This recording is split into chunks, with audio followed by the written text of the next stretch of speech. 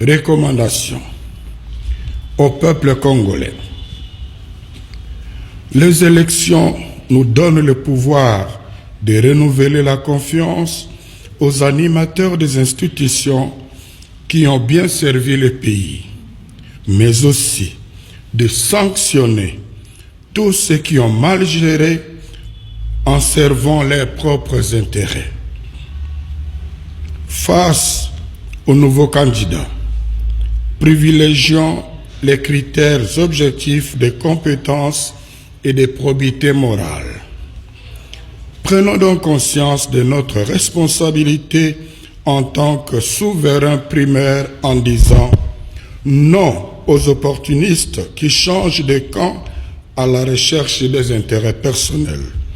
Non à ceux qui prennent comme suppléants les membres de leur famille. Non à ceux qui postulent à tous les niveaux. Non aux tribalistes et aux népotistes. Non à l'achat de conscience.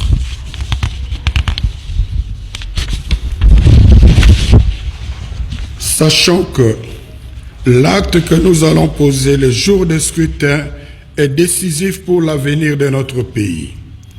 Compte tenu des expériences malheureuses des cycles passés, ne quittons pas le bureau de vote tant qu'on n'aura pas affiché les résultats. Avec l'affichage des résultats au niveau du bureau de vote, nous aurons déjà une idée claire des gagnants. La CENI n'aura d'autre choix que de les confirmer. Au cas contraire, ce serait une haute trahison et n'attendons pas une autre instance pour nous remettre dans nos droits. Nous avons le pouvoir constitutionnel, confère article 64, nous permettant d'imposer pacifiquement la vérité des urnes. À ce niveau, la contribution de la Conférence épiscopale nationale du Congo Senko est d'accompagner ce processus avec une mission d'observation conjointe avec l'Église du Christ au Congo, l'ECC. Bien entendu, cet accompagnement n'aura de sens que si la CENI donnait un minimum de garantie de transparence. Autrement, nous n'allons pas nous aligner.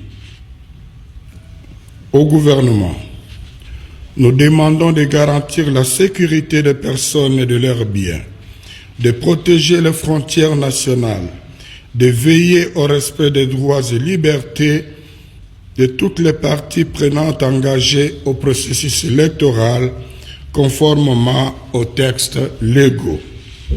À la CENI, de garantir la transparence des opérations de vote et de dépouillement par le respect des dispositions légales concernant la cartographie des centres et bureaux de vote, l'accréditation des observateurs électoraux, des témoins des partis politiques et des journalistes, la publication des listes électorales définitives, la publication des résultats provisoires des scrutins par bureau de vote.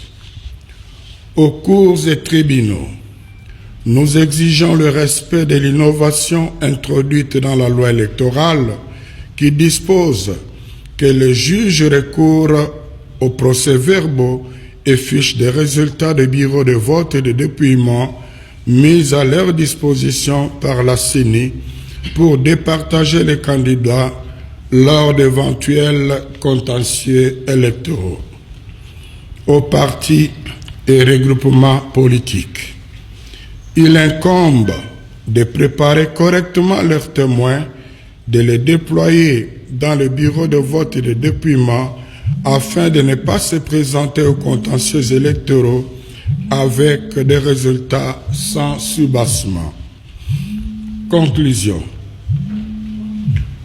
Pour des élections crédibles, peuple congolais, réveille-toi de ton sommeil, car Il est temps que nous choisissions nous-mêmes nos dirigeants, que personne n'achète ni ne corrompe notre conscience.